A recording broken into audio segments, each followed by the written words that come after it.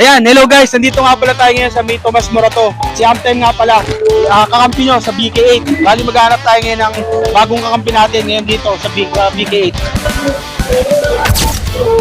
Ito si Idol, subukan natin kung kakasa sa amo natin. Baka pwede kitang maging kalaban sa basketball 1v1. Pwede naman. Yun, tapang ni Idol, lalaban sa akin, nalilitan nata sa akin eh.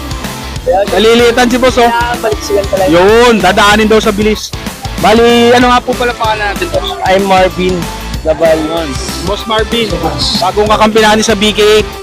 Bali, boss, tatanungin kita. Diploma o diskarte? Diskarte, syempre. Yung ikatatlo, boss, ayaw mo, scatter? Pwede din. Wapal doon si boss sa scatter, Dahil dyan, boss, dahil pinili mo scatter, tama ba? Yes, Bibigyan kita ng 100 pesos. Dahil binigyan na kita ng 100, saan mo to gagamitin? Pwede kang mag sports betting, o baccarat, lahat yan. Solid na solid sa BK8 yan.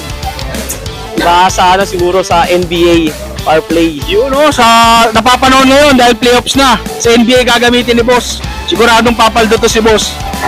Okay boss, dahil naman dyan, dumako na tayo sa ating final question. Siya ay isang player nga pala na nanalo ng Rookie of the Year sa UAAP. Isa siyang King Tamaraw.